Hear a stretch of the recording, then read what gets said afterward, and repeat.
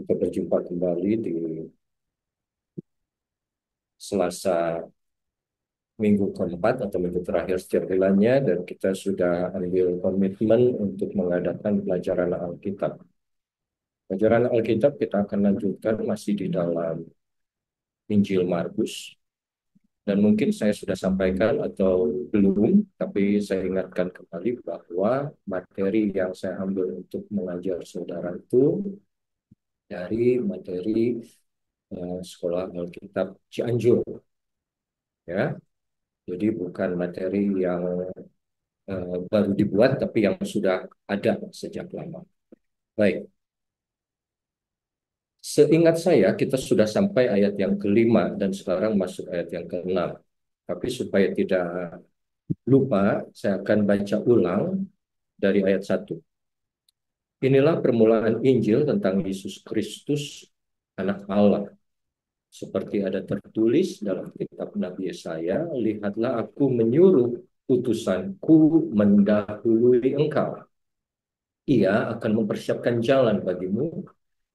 Ada suara orang yang berseru-seru di padang gurun. Persiapkanlah jalan untuk Tuhan, luruskanlah jalan baginya.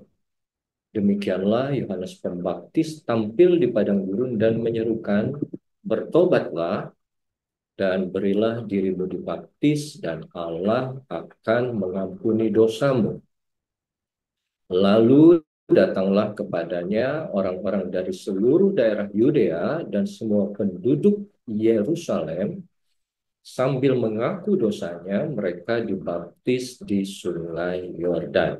Baik, kembali lagi Injil bicara mengenai Yesus Kristus. Ya, apa yang diucapkan, apa yang dikerjakan oleh Yesus. Dan dalam setiap Injil kita melihat dibuka oleh satu orang yang namanya Yohanes Pembaptis. Yohanes Pembaptis adalah utusan yang diutus oleh Allah untuk mendahului Yesus, mempersiapkan jalan sekali lagi. Nah, dari ayat 1 sampai ayat kelima kita sudah lihat banyak orang yang datang kepada Yohanes Pembaptis untuk bertobat dan dibaptiskan. Ayat yang keenam, Yohanes memakai jubah bulu unta dan ikat pinggang kulit, dan makanannya belalang dan madu hutan. Sekali lagi, Yohanes Pembaptis adalah seorang nazir Allah, yaitu orang yang sudah diserahkan sejak dari dalam kandungan, sama seperti Elia. Elia juga memakai jubah dari bulu unta. Nah, jubah dari bulu unta itu bicara mengenai satu pakaian yang sederhana atau berbicara mengenai satu kerendahan hati.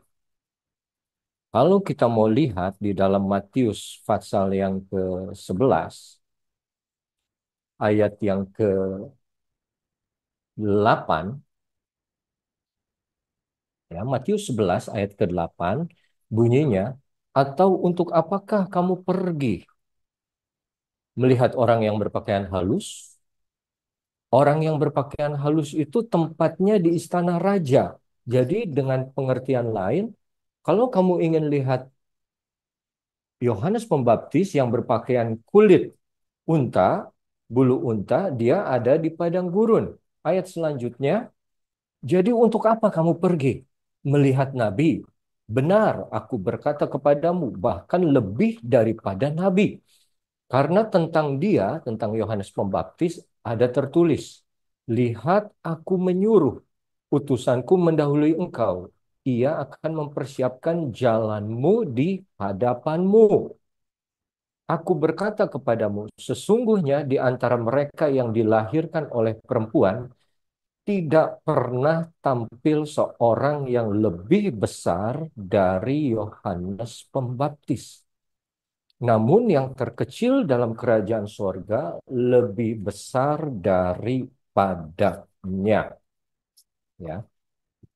Jadi Yesus mengatakan kembali kepada murid-muridnya mengenai siapa Yohanes Pembaptis itu, dibilang bahwa tidak ada lelaki yang dilahirkan dari rahim seorang perempuan yang lebih besar daripada Yohanes Pembaptis. Artinya apa?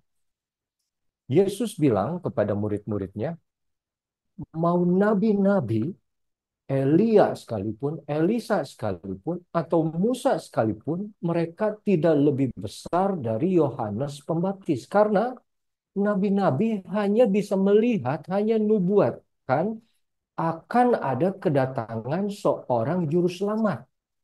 Tapi Yohanes Pembaptis, dia terlibat langsung di dalam pekerjaan yang mendahului si Mesias itu sendiri. Makanya dibilang tidak ada lelaki yang lebih besar daripada Yohanes Pembaptis. Tapi Yesus tidak berhenti di situ. Tapi sekalipun yang paling kecil ada di dalam kerajaan Allah, yaitu siapa? Saudara dan saya, jauh lebih besar daripada Yohanes Pembaptis. Kenapa? Karena Yohanes Pembaptis hanya terlibat di awal pekerjaan mengenai keselamatan. Dia tidak melihat, dia tidak pernah mengalami salib Kristus. Kita sekarang yang sudah percaya di dalam Kristus Yesus, kita disebut lebih besar. Karena apa? Kita sudah tahu mengenai salib Kristus itu. Kita percaya di dalam salib Kristus itu ada penebusan dosa. Yohanes berbicara mengenai baptisan air untuk pengampunan dosamu. Tapi kita sudah melangkah lebih jauh lagi di dalam iman, kita percaya di dalam salib Kristus itu ada kemenangan atas dosa dan maut. Ya, makanya dibilang bahwa Yohanes memakai jubah bulu onta dan ikat pinggang kulit. Makanannya belalang dan madu hutan. Nah, bicara mengenai belalang dan madu hutan, itu adalah sesuatu yang pahit dan manis. Pengalaman seorang utusan, pengalaman seorang hamba Tuhan tidak pernah lepas dari hal yang pahit dan yang manis. Tapi di ayat yang ke-8, Yohanes bilang, "Aku membaptis kamu dengan air, tapi ia akan membaptis kamu dengan..." Oh, maaf. Ayat yang ketujuh. Kelewat. Ayat yang ketujuh. Markus 1 ayat 7. Inilah yang diberitakannya. Sesudah aku akan datang ia yang lebih berkuasa daripadaku. Membungkuk dan membuka tali kasutnya pun aku tidak layak. Di dalam Kisah Rasul 13, ayat yang ke-23,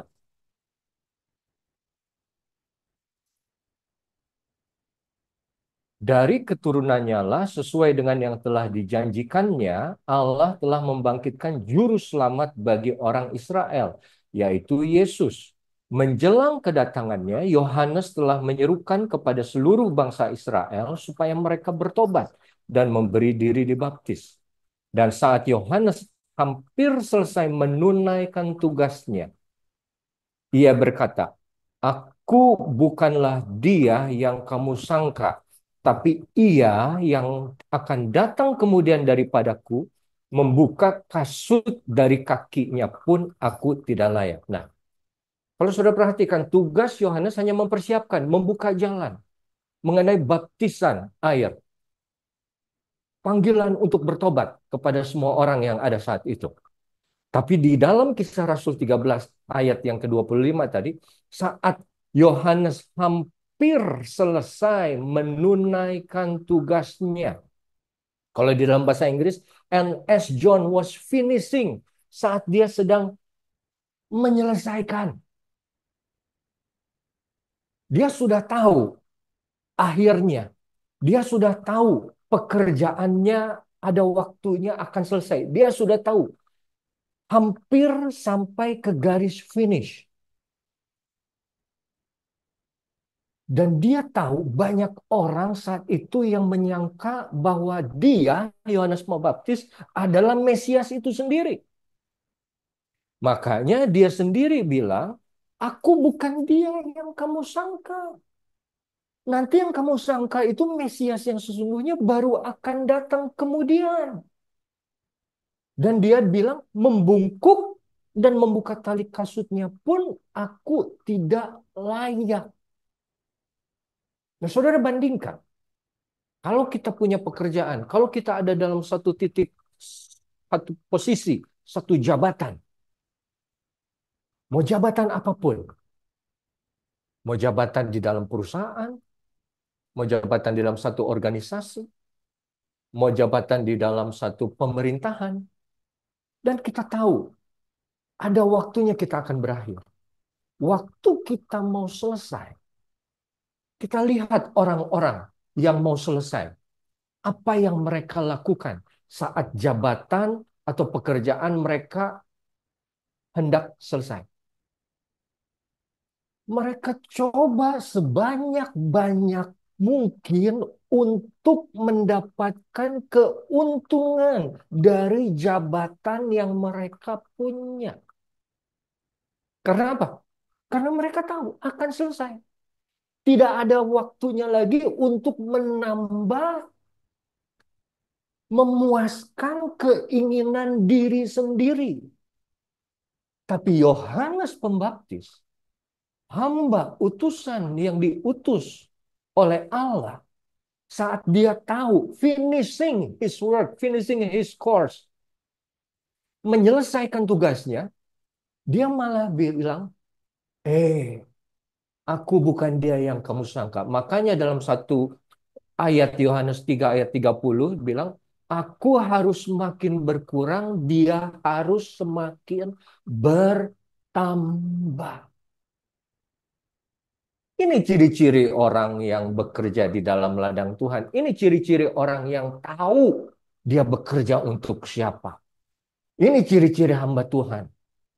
Semakin dia mendekat kepada hari akhirnya, finishing his life, dia tahu siapa diri dia yang sesungguhnya. Dan dia hargai itu. Dan dia tidak mau ambil kemuliaan Tuhan Yesus. Banyak orang berpikir bahwa dia Mesias. Artinya apa? Banyak orang berpikir saat itu bahwa dia Tuhan. Dia Mesias yang dijanjikan. Dia yang lebih besar dari Elia dan Musa. Tapi dia bilang, bukan, bukan aku. Dia yang akan datang nanti lebih besar. Banyak orang saat menyangka bahwa dia diberkati Tuhan, bahwa dia diberi karunia untuk berbicara, untuk mengadakan mujizat, untuk mengajar. Sampai banyak orang terlalu terobsesi dengan guru, dengan hamba Tuhan tersebut. Dan mereka sampai menuhankan orang biasa itu. Tapi Yohanes Pembaptis bilang, no, aku bukan dia. Dia yang akan datang nanti jauh lebih besar. Dan dia merendahkan diri serendah-rendahnya. Dan sampai dia bilang, membuka kasutnya pun aku tidak layak. Dan membuka kasut adalah pekerjaan hamba yang paling rendah yang ada di rumah orang Yahudi saat itu. Jadi saudara bayangkan, kalau kita mau bicara mengenai di dalam Filipi 2 ayat 5, hendaklah kamu menaruh pikiran dan perasaan yang ada dalam Kristus, yaitu bahwa apa? Dia yang dalam keadaannya menganggap kesetaraan dengan Allah bukan sesuatu yang harus dipertahankan, malah dia mengosongkan dirinya. Yohanes Pembaptis, orang banyak lihat dia sudah seperti, tapi dia kembalikan itu semua kemuliaan hanya untuk Tuhan. No, not me, but him. Dia yang terlebih utama. Aku bukan apa-apa. Aku hanya hamba yang tidak ternilai, yang tidak ada harganya di hadapan Dia yang akan datang. Nah, di dalam Markus 1 ayat yang keselanjutnya, setelah dia bilang, aku membaptis kamu dengan air, ayat yang ke-8, tapi ia akan membaptis kamu dengan Roh Kudus. Dia sudah tahu apa yang akan Yesus kerjakan. Baptisan air hanyalah baptisan lambang mengenai apa yang terjadi di dalam diri, pertobatan di dalam hati, itu harus ditunjukkan dengan satu perbuatan yang nampak. Saya sudah sampaikan bulan lalu. Jadi kalau kamu betul bertobat, kalau kamu betul pengikut Yesus, kalau kamu betul menerima Yesus sebagai juru selamat, itu kan ngomong baru perkataan, baru ngomong di hati. Nah, kamu harus tunjukkan sebagai apa? Dalam perilaku yang kelihatan yaitu dibaptiskan oleh air. Nah, sekali lagi saya ingatkan, bulan lalu saya sudah bilang, di dalam agama Judaism atau Yahudi, ada tiga aturan bagaimana seorang non-Yahudi masuk ke agama Yahudi. Pertama, mereka belajar Taurat, mereka kedua disunatkan, dan ketiga dibaptis oleh air. Tapi Yohanes Pembaptis bilang, dia yang akan datang akan membaptis kamu dengan Roh Kudus. Makanya di dalam satu ayat, di dalam Kisah Rasul 1 ayat yang ke-5, ya, itu Tuhan Yesus bilang, sebab Yohanes membaptis dengan air, tapi tidak lama lagi kamu akan dibaptis dengan Roh Kudus.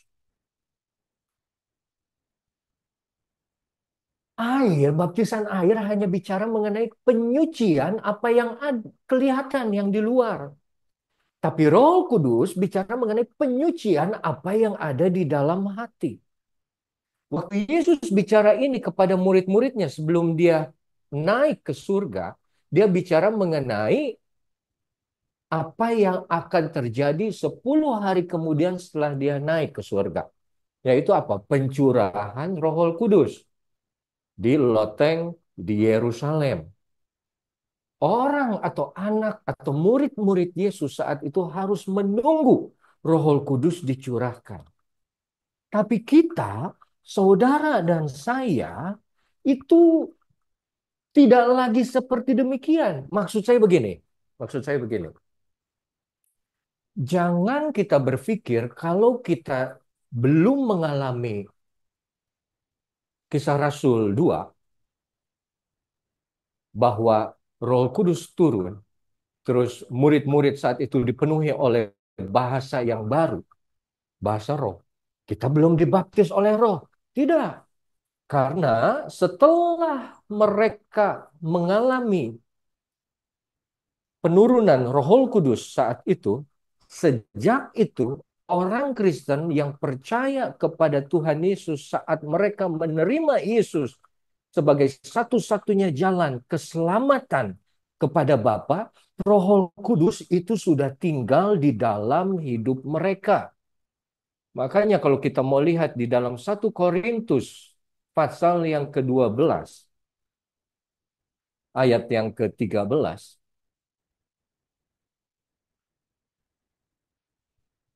sebab dalam satu roh kita semua, baik orang Yahudi, orang Yunani, Buddha, orang merdeka, telah dibaptis menjadi satu tubuh dan kita semua diberi minum dari satu roh.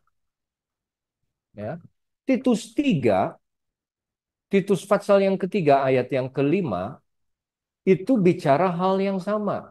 Pada waktu itu dia telah menyelamatkan kita bukan karena perbuatan baik yang telah kita lakukan, tapi karena rahmatnya oleh apa? Permandian atau baptisan kelahiran kembali dan oleh pembaharuan yang dikerjakan oleh Roh Kudus yang sudah dilimpahkannya kepada kita oleh Yesus Kristus juru selamat kita. Jadi sejak Kisah Rasul 2, sejak pencurahan Roh Kudus di loteng Yerusalem yang merupakan penggenapan dari nubuatan Yoel 2 ayat 28, sejak saat itu seluruh orang Kristen yang percaya kepada Kristus sudah menerima Roh Kudus sebagai bagian di dalam hidup mereka. Makanya kalau satu ayat lagi, kalau saudara masih perlu, di 1 Korintus 3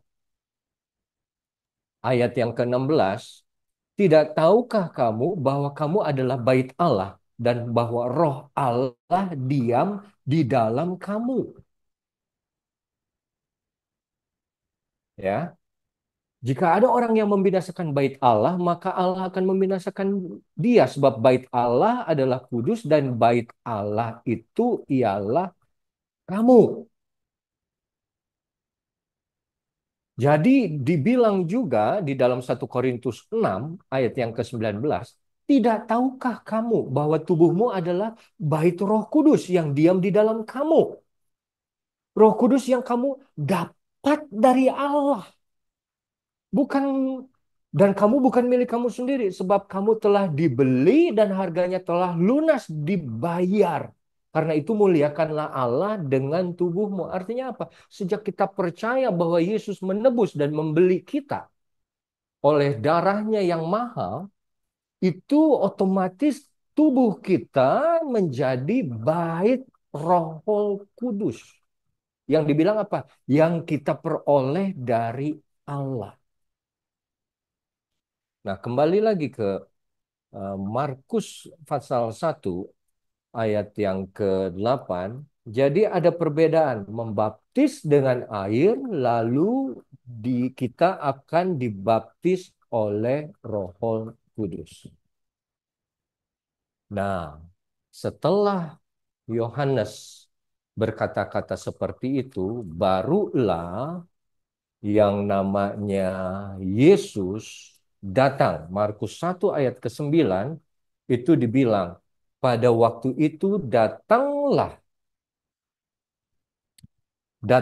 Yesus dari Nazaret di tanah Galilea, dan ia dibaptis di sungai Yordan oleh Yohanes.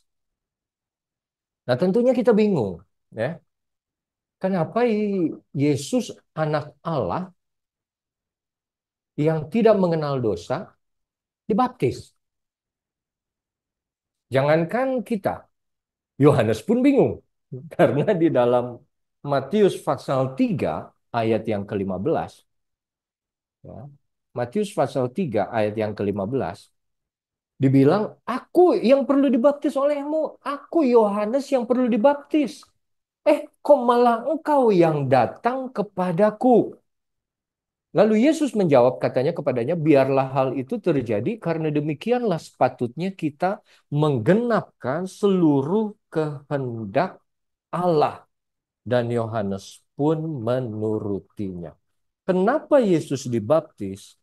Dia dibaptis untuk menjadi teladan, untuk menjadi contoh, dan untuk menjadi gambaran bahwa nanti semua dosa itu harus mati bersama-sama dengan dia di atas kayu salib, waktu masuk ke dalam air, dan waktu dikuburkan, dan waktu naik dari dalam air, bangkit keluar dari kubur, itu punya tubuh yang baru atau kehidupan yang baru.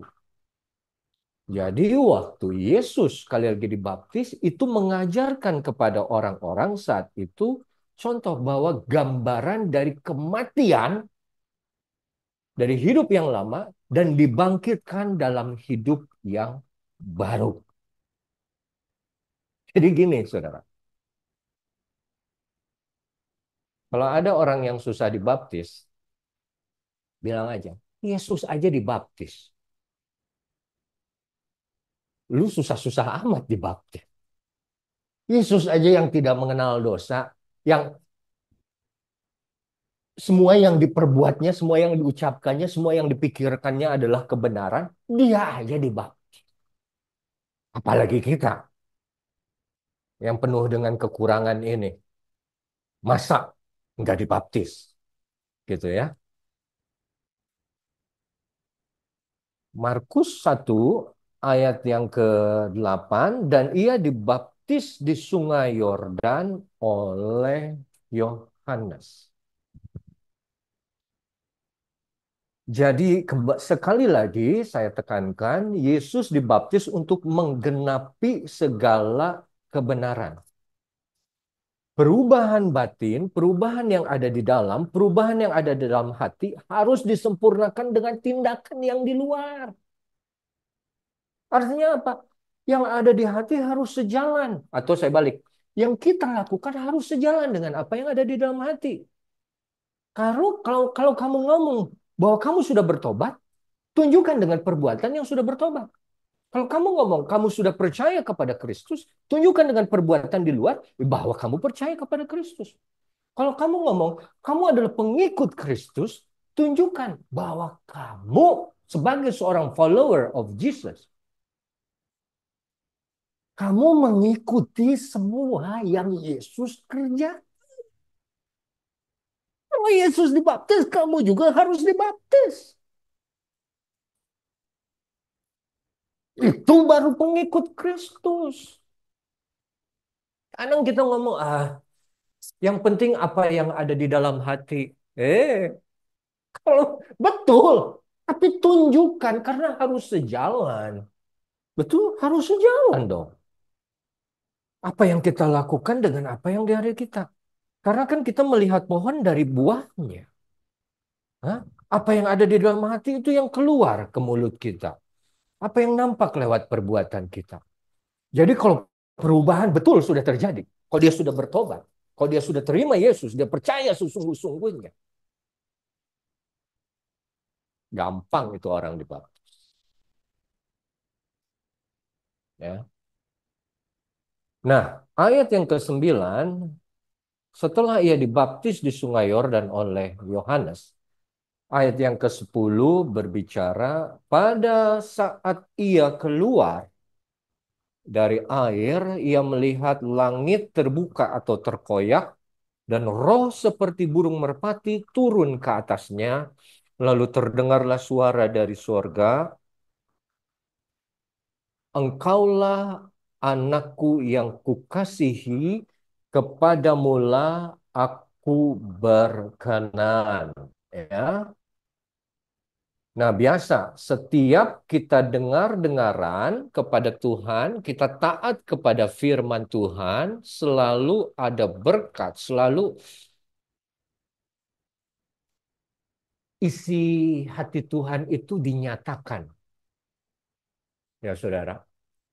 Saat Yohanes bilang kepada Tuhan Yesus,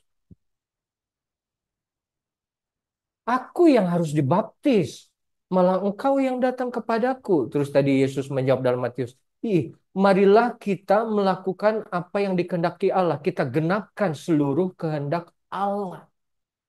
Yesus aja taat kepada apa? Kepada Bapaknya. Dan dia ini Tuhan. Jadi lucu kalau kita nih, apa namanya, katanya orang Kristen percaya Yesus, tapi dibaptis, waduh, itu susah banget. Kayak mati-matian gitu. Yesus aja bilang, dan setelah dia taat kepada Bapa, menggenapi, melakukan kehendaknya, terbuka langit, dan ada apa? Ada firman dari sorga. Kalau di dalam diktat, ya, diktat Sekolah Alkitab Cianjur, saya baca nih, saya tidak kurangi, saya tidak tambahi. Penyerahan Yesus diterima dan langit terbuka. Setiap kali kita dengar-dengaran kepada Tuhan, maka kita akan diberkati. Nah, ada satu ayat di dalam diktat ini. Setiap kali kita dengar-dengaran kepada Tuhan, maka kita akan diberkati.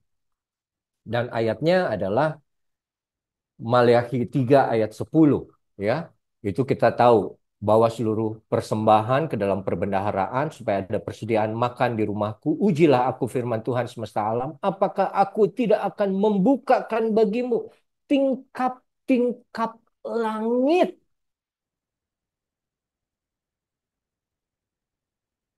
Ada kayak langit surga itu terbuka dan mencurahkan berkat kepadamu sampai berkelimpahan. Tapi itu bicara mengenai berkat materi. Itu bicara mengenai berkat jasmani. Kalau di dalam Markus 1 yang kita buka, yang barusan kita baca, mengenai langit terkoyak, itu berkat rohani, saudara. Itu berkat yang lebih tinggi yang diterima oleh siapa? Oleh setiap manusia yang mau taat dan dengar-dengaran kepada Tuhan. Apa? Percaya kepada Tuhan, mengaku dosa, bertobat, dan dibaptis. Dibilang terbuka tingkap langit, terbuka langit, dan ada apa? Ada satu pengakuan dari Allah kepada siapa? Kepada Yesus dan bilang, kepadamulah aku berkenan. Saudara, ada satu ayat di dalam Roma 12 ayat yang ke-1. Karena itu saudara-saudara demi kemurahan Allah, ya, Roma 12 ayat ke-1, aku menasihatkan kamu supaya kamu mempersembahkan tubuhmu sebagai persembahan apa? Yang hidup, yang kudus, dan apa? Yang berkenan kepada Allah. Dan itu yang selalu kita cari, bukan? Apa? Perkenanan kepada Tuhan. Bahwa Tuhan berkenan atas hidup kita. Kita menyenangkan hati Tuhan. Tuhan suka kepada apa yang kita lakukan di dunia ini. Dan tidak ada yang lebih menyenangkan hati Tuhan saat kita taat. Memang klise, tapi itu yang susah. Itu yang Tuhan cari. Itu yang sudah hilang dari Kejadian pasal 3 saat Hawa memutuskan untuk tidak percaya kepada firman Tuhan dan dia lebih percaya kepada kata-kata iblis. Taat, coba taat. Kalau firman Tuhan bilang, berilah dirimu dibaptis, baptis saja. Apa sih susahnya? Dan waktu Yesus dibaptis, ada satu pengakuan yang luar biasa. Kepadanya lah, inilah anakku, kepadanya lah aku berkenan. Kalau di dalam bahasa Inggrisnya, itu dibilang acceptable berkenan itu. Fully agreeable, well pleasing, sangat menyenangkan. Kalau di dalam Matius dibilang baik sekali, hai hambaku, baik sekali perbuatanmu, hai hambaku yang baik dan setia. Engkau sudah setia dalam perkara yang kecil, aku akan mempercayakan kepadamu perkara yang besar. Marilah masuk, ikut sehidangan dengan Tuanmu. Perkenanan ini yang pada akhirnya yang kita cari dari Tuhan. Buat apa kita cari sini sana harta? Buat apa kita cari sana sini pelayanan? Tapi pada akhirnya, hanyalah kamu, hai pembuat kejahatan, aku tidak mengenal engkau. Jadi yang Yesus lakukan waktu dia, saudara, saudara perhatikan nggak? Kok cuman baptisan, cuman masuk dalam air begitu aja, dibilangnya itu kan lambang. Cuman. Kalau cuman kenapa susah? Kalau cuman kenapa susah? Baptisan, baptizo, diselamkan, dimasukkan ke dalam air. Ada satu aliran gereja lain. Mereka benci kepada aliran gereja yang memiliki cara membaptis dengan dimasukkan ke dalam air. Karena mereka punya cara membaptis beda. Tapi lihat saudara, maksud saya begini. Kenapa hal yang dalam tanda kutip sesederhana itu masuk saja ke dalam air dan dibangkitkan keluar, kok bisa Allah berkenan? Artinya itu bukan sesuatu yang main-main. Bagaimana kita bisa menghidupi firman Tuhan yang mengatakan bahwa aku sudah mati, aku sudah meninggalkan cara hidupku yang lama, yang sia-sia, yang akhirnya kepada kedurhakaan. Karena Yesus yang sudah menebus aku dan bangkit dalam hidup yang baru, kalau dibaptis saja kita tidak mau atau tidak bisa. Dan itu langkah pertama yang Yesus kasih tunjuk. Dan dia mulai itu sebelum dia mulai pelayanannya. Dan perkenanan Allah menjadi dasar pelayanan Yesus. Jangan pernah memulai pelayanan tanpa perkenanan Allah. Persembahkanlah tubuhmu, tadi kita lihat di Roma 12 ayat 1 sebagai persembahan yang hidup, yang kudus dan berkenan. Kapan kita disebut kita bisa mempersembahkan tubuh kita, daging kita sebagai persembahan yang hidup? Saat kita sudah mati dari hidup yang lama, dibangkitkan dalam hidup yang baru. Hidup yang percaya di dalam Kristus Yesus.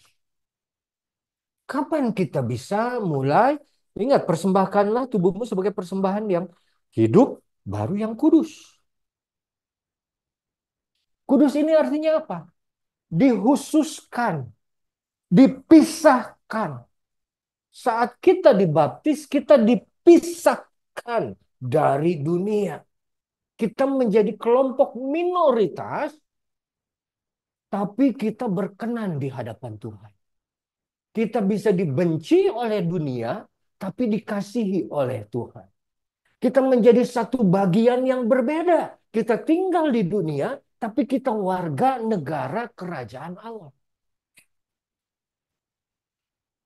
Kapan itu terjadi? Saat kita apa? Mulai pertobatan kita dengan dibaptis.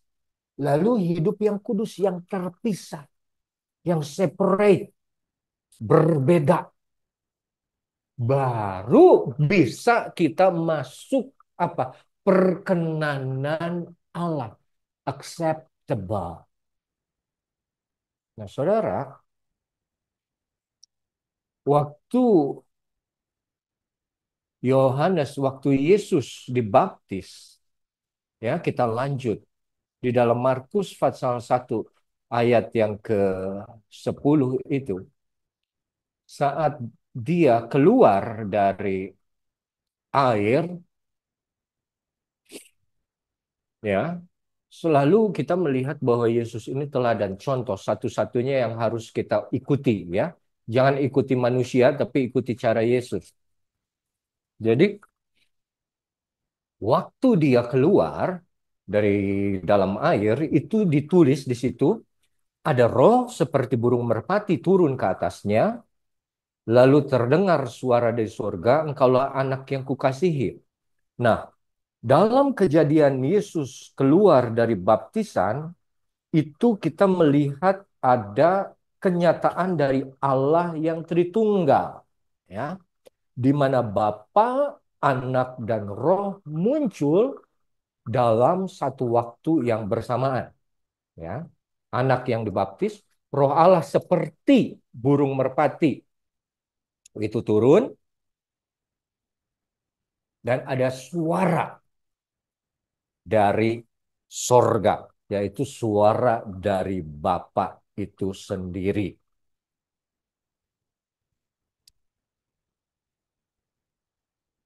Nah,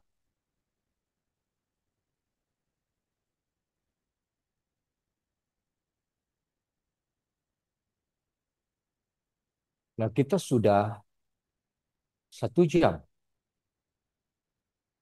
Cepet ya. Saya sih nggak kerasa. Saya nggak tahu saudara sih kerasa kali ya. Ada yang udah capek kerja, udah agak ngantuk. Ada juga yang mungkin siap-siap menonton Indonesia lawan Bahrain ya, jam 9 kurang. Jadi kita lihat 1-2 ayat lagi saja ya. Nah, ayat 9 sampai ayat yang ke-11 barusan kita baca itu mengenai baptisan air. dan Yesus yang dibaptis. Dan kita lihat perkenanan Allah dinyatakan saat dia keluar. Di ayat yang ke-12, segera, ya, segera, tidak pakai nunggu, ya, tidak pakai lama. Kalau di dalam bahasa Inggrisnya and immediately, langsung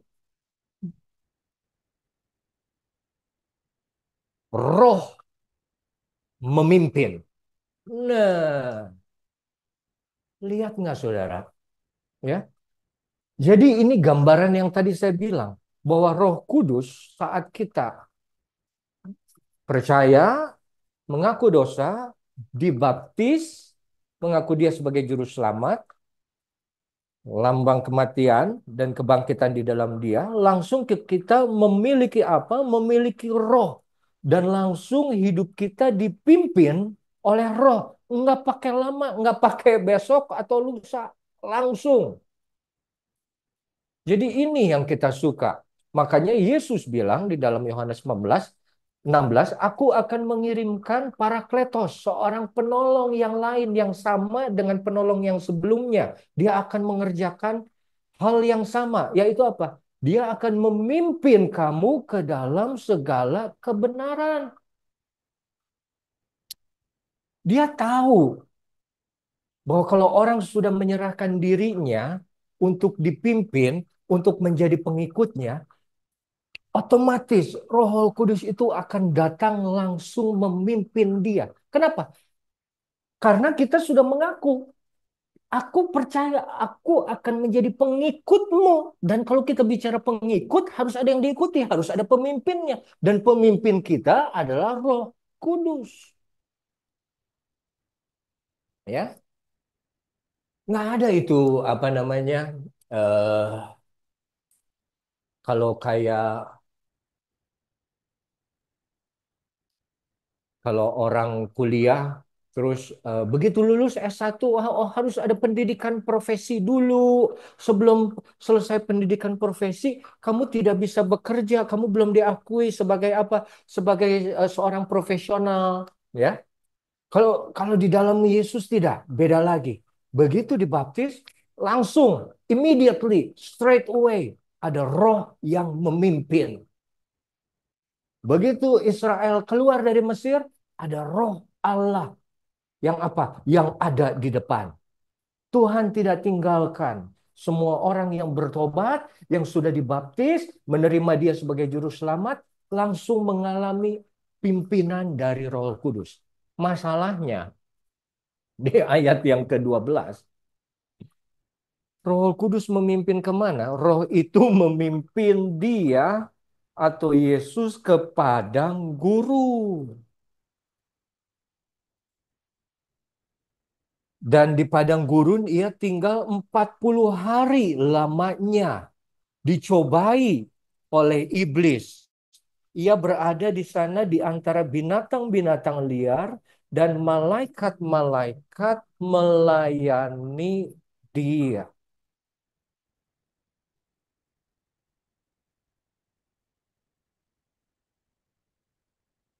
Saat Yesus keluar, hidup dipimpin oleh Roh, tapi Roh memimpin ke padang gurun.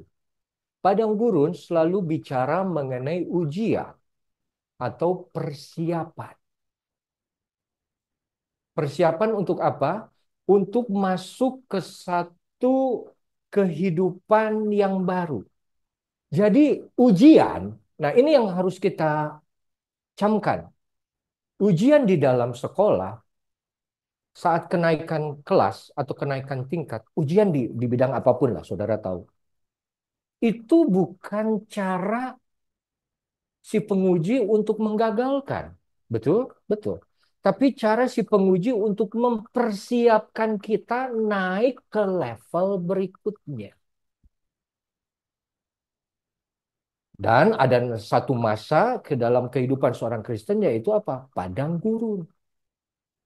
Jadi padang gurun bukan untuk menggagalkan.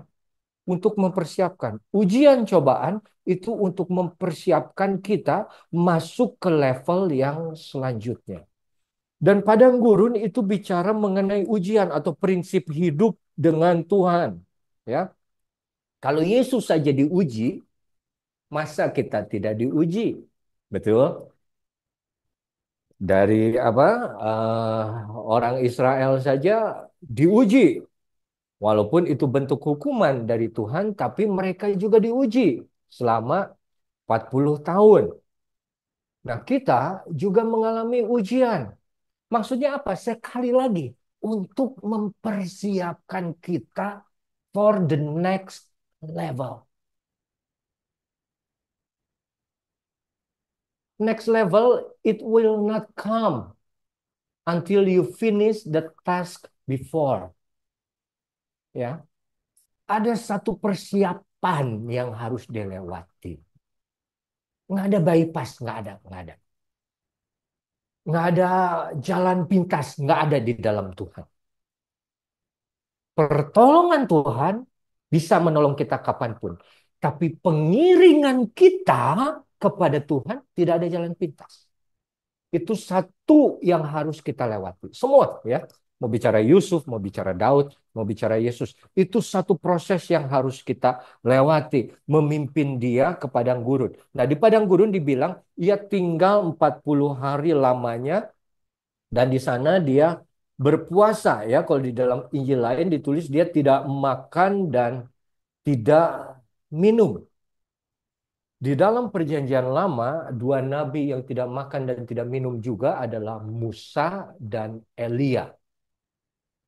Ya, Musa waktu dia naik ke Gunung Sinai untuk menerima firman Tuhan. Elia saat dia lari dari kejaran Izebel, lalu dia makan minum dan diberi makan oleh malaikat, lalu kita tahu bahwa dia mendapat kekuatan untuk berjalan tanpa henti, tanpa makan dan minum 40 hari, 40 malam lamanya. Untuk kemana? Naik ke gunung Tuhan. Jadi lihat kan saudara, sama-sama itu semuanya. Apa? 40 hari itu adalah masa persiapan mereka untuk apa? The next level. Ujian adalah persiapan. Kalau kita masih gagal di dalam ujian, artinya kita masih kurang dalam persiapan kita. Dan itu yang akan Tuhan terus uji ya. Kadang misalnya ada 5 soal, kita berhasil di 4, ada satu soal. Ini yang kelihatannya yang paling kecil ya, ini yang terakhir. Tapi ini yang kita terus kita belum siap, kita gagal terus di sini. Nah, maka Tuhan akan latih kita di bagian yang ini terus. Sampai mana? Sampai kita siap untuk apa? The next level. Ada orang misalnya dia sudah dibaptis, puji Tuhan. Dia sudah melayani, haleluya. Dia sudah bawa perpuluhan, puji syukur kepada Tuhan. Dia apa namanya? Rajin doa. Wah, luar biasa. Dia yang terakhir susah mengampuni. Dia nggak akan sampai ke level berikutnya. Karena dia gagal terus di yang sini mengampuni orang. Makanya banyak orang yang apa? Yang mentok. Levelnya masih level yang sama. Sudah berapa tahun dia mentok di situ. Coba kita mulai. Kita lihat introspeksi diri. Ya, yang bisa menilai saudara itu hanya Tuhan sama saudara sendiri. Makanya ada satu ayat, ujilah aku Tuhan. Lihatlah aku. Coba doa. Apakah kehidupan kita di dalam mengiringi Yesus kok begitu-begitu aja? Mungkin ada satu bagian dalam hidup kita yang terus kita gagal. Dan tuh maaf, maaf. Mungkin Tuhan bilang, kamu harus lulus ini. Apa hal yang mungkin paling kecil buat saudara atau buat saya? Sampai kita terus jatuh terus di bagian itu. Mungkin untuk satu orang, dia bisa gagal terus di soal mengampuni.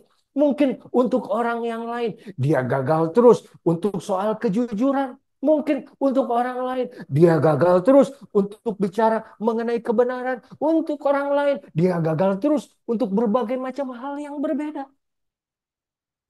Tapi padang gurun adalah satu masa persiapan yang harus kita lewati. Dan saudara, saudara mau keras-kerasan lagi-lagi sama Tuhan. Dia kekal. Kalau kita terbatas, ya.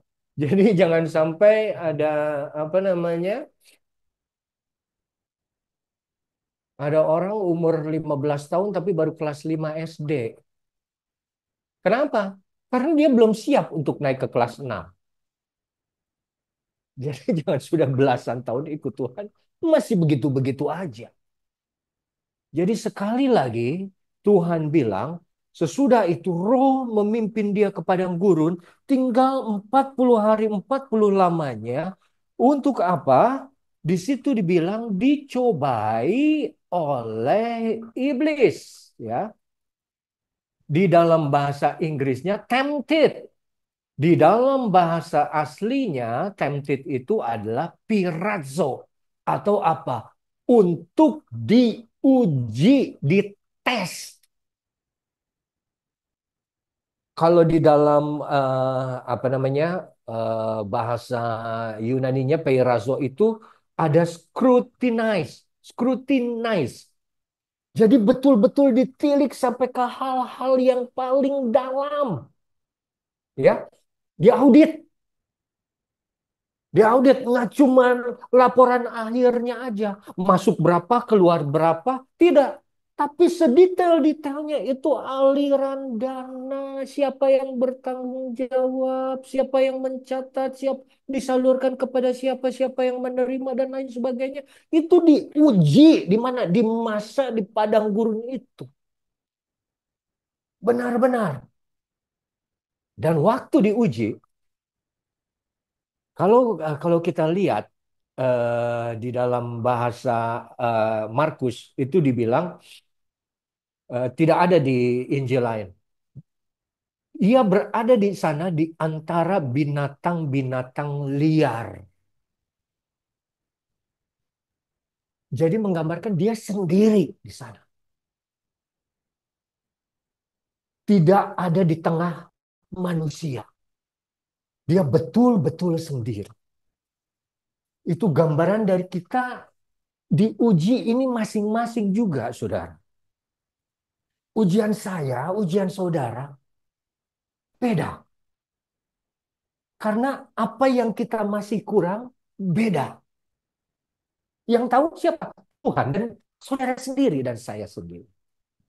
Makanya kita tidak bisa membandingkan persiapan ujian kita dengan ujian saudara kita. Ya, kita nggak bisa. Kita punya masing-masing tantangan. Itu one on one with God. Kalau soal iblis, Tuhan bisa pakai iblis. Tuhan pakai iblis menguji atau mencobai Ayub. Dia izinkan itu terjadi. Untuk apa? Untuk menguji kemurnian iman Ayub. Tapi di antara binatang-binatang liar, tidak bisa berkata kepada siapa-siapa lagi. Saat ujian itu, hanya satu pribadi yang hanya kita boleh andalkan. Hanya kepada dia saja. Penguji kita satu-satunya. Kita utarakan kesusahan hati kita, ketidakmampuan diri kita, keterbatasan kita. Tuhan tolong aku, Tuhan kuatkan aku, Tuhan mampukan aku. Aku merasa sendiri, Tidak ada orang yang bisa diajak ngomong. Tidak ada orang yang bisa paham. Dan itu kadang yang terjadi saat kita diuji. Tidak ada satu pribadi yang bisa menolong kita. Kecuali siapa? Kecuali Tuhan. Tapi yang kita suka di ayat tersebut. Dan malaikat-malaikat melayani dia. Waktu Yakub lari dari rumah orang tuanya saat dia mau dikejar oleh Esau karena sudah menipu. Dia mimpi satu malam. Dia melihat ada tangga yang turun dari surga ke bumi. Dan dia melihat malaikat naik turun di atas tangga itu. Dan di ujung tangga di atasnya, dia melihat ada Allah yang berkata, inilah Allah Bapak nenek moyangmu, Allah Abraham dan Allah Ishak ayah. Kapan itu terjadi? Saat Yakub sendirian malam-malam dalam kesunyian, ketakutan, tidak ada yang bisa menolong dia. Tapi dia mengalami perjumpaan dengan Tuhan. Saudara, justru saat di padang gurun, kita bisa bertemu secara pribadi dengan Tuhan kita, Yesus Kristus. Di dalam ketakutan, di dalam kelemahan, di dalam kesendirian seperti Yakub. Dia tidak sadar. Waktu dia melihat tangga malaikat turun naik itu, bicara mengenai ada keterlibatan Tuhan bekerja melalui malaikat-malaikatnya untuk apa? Menolong dan melindungi semua anak-anaknya yang berkenan.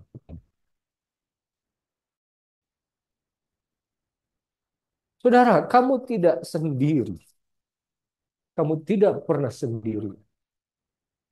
Kalau Yesus pun dibilang malaikat-malaikat melayani dia. Kalau Yakub pun dibilang dia melihat ada malaikat yang naik turun di tangan. Saudara dan saya pun saat kita masuk ke dalam padang gurun, kita percaya apa? Kita masuk ke tahap tersebut karena Roh Tuhan yang memimpin kita ada di sana. Kita tahu kalau kita ada di padang gurun, kita percaya Tuhan dan Tuhan membawa kita ke sana. Bukan untuk meninggalkan kita sendirian di sana. Tapi untuk mengajarkan kepada kita ada penyertaan dari Dia yang selalu ada. Sampai kapan? Sampai kita selesai dengan ujian kita dan keluar dari padang gurun. Saudara yang kekasih, itu saja yang saya mau katakan pada malam hari ini. Situasi apapun yang saudara boleh rasakan. Padang gurun, ujian, cobaan. Jangan pernah berpikir saudara sendirian. Karena itu semua terjadi karena seizin Tuhan. Itu boleh semua terjadi karena ada Roh Tuhan yang memimpin kita masuk ke sana. Dan itu semua terjadi karena Tuhan menginginkan kita boleh mengalami pertemuan dengan Dia secara pribadi. Makin dekat dengan Dia. Makin sungguh-sungguh cari Dia. Dan kita akan lihat waktunya nanti. Tuhan bekerja memampukan kita untuk melewati padang gurun apapun yang Tuhan izinkan terjadi. Mari kita tunduk kepala dan berdoa. Bapa dalam surga, terima kasih kepadamu untuk firman yang kami boleh belajar. Perjalanan dari Engkau sendiri, Yesus. Bahwa setelah Engkau dibaptis, dipimpin oleh Roh, masuk ke padang gurun untuk diuji dan dicobai. Bapa dalam surga, kami percaya setiap padang gurun yang kami sedang jalani, Setiap ujian yang kami harus lewati, kami percaya itu semua karena perbuatan Roh Kudus-Mu. Kami ada di posisi itu karena pimpinan Roh Kudus-Mu. Untuk apa? Untuk membawa kami, menyiapkan diri kami naik ke level yang lebih tinggi. Bapa dalam surga, hamba-Mu berdoa untuk setiap jiwa atau siapapun yang sudah mendengar firman pada malam hari ini. Kiranya Engkau memampukan kami semua, memperlengkapi kami semua. Beri kami kekuatan, kuatkan hati kami, teguhkan hati kami. Agar kami boleh melewati masa-masa kesulitan kami, kesendirian kami, dengan sadar bahwa kami tidak pernah sendiri. Engkau turut bekerja di dalam segala hal untuk mendatangkan kebaikan bagi mereka yang mengasihi Dia. Kami percaya Tuhan, Engkau bekerja di belakang layar melalui malaikat-malaikat yang terus ada di dalam kehidupan kami. Sadar tidak sadar, terlihat atau tidak lihat, kami percaya Tuhan, penyertaan-Mu adalah ya dan amin di dalam hidup kami. Tidak pernah tinggal, tidak pernah kami sendiri, Tuhan. Kami tahu Tuhan, Engkau Allah yang setia. Allah yang terlalu baik untuk meninggalkan anak-anaknya yang sungguh-sungguh kepadamu. Terima kasih Tuhan. Berkati jemaat PDAMS. Berkati siapapun juga yang mendengar firman-Mu. Dan yang percaya dan yang mau menerima Engkau sebagai juru selamat. Terima kasih Yesus. Terima kasih Engkau yang sangat baik. Di dalam berkat dan kuasa satu nama. Nama yang berkuasa. Nama Tuhan Yesus Kristus. Hamba-Mu berdoa dan serahkan semua. Haleluya. Amin.